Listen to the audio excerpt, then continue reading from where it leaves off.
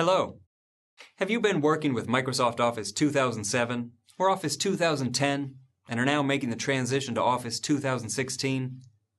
This course is for you because it will enable you to take advantage of the new features in the shortest amount of time possible. Never stored a file in the cloud before?